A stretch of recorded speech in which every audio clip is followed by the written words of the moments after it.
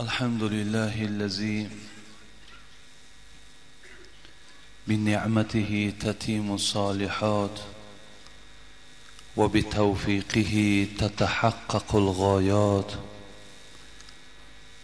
والصلاة والسلام على البشير النذير والسراج المنير سيدنا محمد صلى الله عليه وسلم وعلى آله وصحبه ومن تبعهم بإحسان إلى يوم الدين. السلام علیکم حاضرین محترم، برادران خیلی عزیز و گرامی.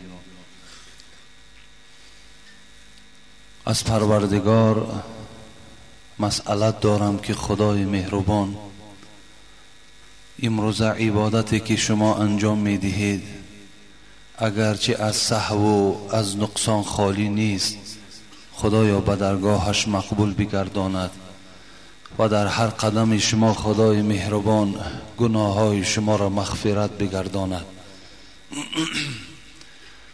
و از پروردگار مسئلت دارم که تا جمعه دیگر خدای مهربان همه شما را صحت و سلامت نگه دارد.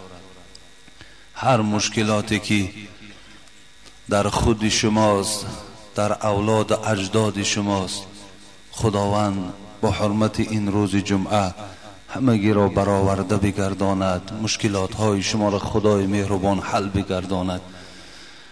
و از پروردگار مسئلت دارم که گذشتگان ما و شما را رحمت و مغفرت بگرداند و ما و شما را خدایا شفای کامل و تنی درست همیشه نصیب بگرداند. و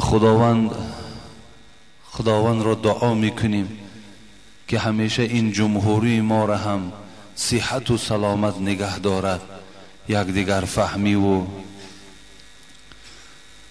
صلح آشتی همیشه در این تاجیکستان ما برقرار و بردوام باشد.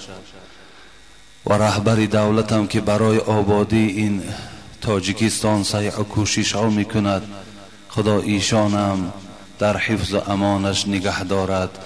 آمین و رب العالمین.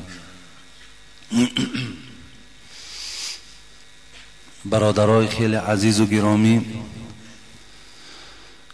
پیش از آنی که من یک چند حدیث های رسول اکرم در باب سلام دادن برای شما خوانم، چگونه که جمعه گذشته من برای شما وعده دادم، الحال یک مکتوب تعجیلی که از یک خواهر برای ما آمده رسید، میخواهم همین خوانم، به این خواهر جواب گردانیم، زیرا که خیلی ضرور بوده است و بعدا انشاءالله همون سوال و جوابی که در پیش من است من برای شما جواب میگردانم. و جمعه گذشته، جمعه آینده نصیب باشد زنده و حیات باشیم، سوره ضحی را انشاءالله من برای شما تحلیل میکنم. بسم الله الرحمن الرحیم. السلام دام الله حاجی میرزا، خواهش دارم همین جمعه جواب بگویید که این مکتوب را من به دست همسایه امان روان میکنم. دادرم به مسکو رفتنی شد، پول نیافت، پیش شوهر من آمد. شوهرم در اصل همان پولی طلب کرده او را نیافت، لکن من از جاهلی او را مجبور کردم که برای دادر من پول بیاو. شدیم جنگ، عاقبت مرا زد و گفت طلاقت کردم. باز قهرش پس نشد، گفت 3 طلاقت کردم. داملا پشیمانم از کارم، چیکار کنم؟ 3 کودک دارم. آیا روایت دارد یا روایت ندارد؟ یک خواهر اسلامی شما از شهر کولا.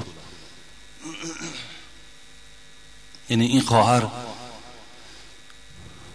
به خاطر دادرش گوییم که مبلغ لازم بود است که برای کار کردن رود و این دادر از شوهر طلب میکنه. شوهر در اصل میگوید این خواهر پول نداشت، لیکن از جاهلی ما شدیم جنگ، عاقبت این مرد ما را طلاق داد، باز گشت و قهرش پس نشده، گفت 3 طلاقت کردم، 3 کودک دارم، چیکار کنم؟ من جمعه گذشته کمی هم که بود در اطراف احترام شوهر برای همه خواهر دخترها کمی بیان کردم. باز میگویم که حبیب خدا میگوید دادرای عزیز خیلی با دقت باشید، این سخنها را دانه به دانه گرفته به نزد زنهای خود، به نزد خواهرهای خود، به نزد کلینهای خود، به نزد همون گویم خواهرکایی که امروز شوهر دارند، برای اونها رسانین که حق شوهر چیست. حبیب خدا می فرماید اعظم الناس حقا علی المرأة زوجها و اعظم الناس حقا علی الرجل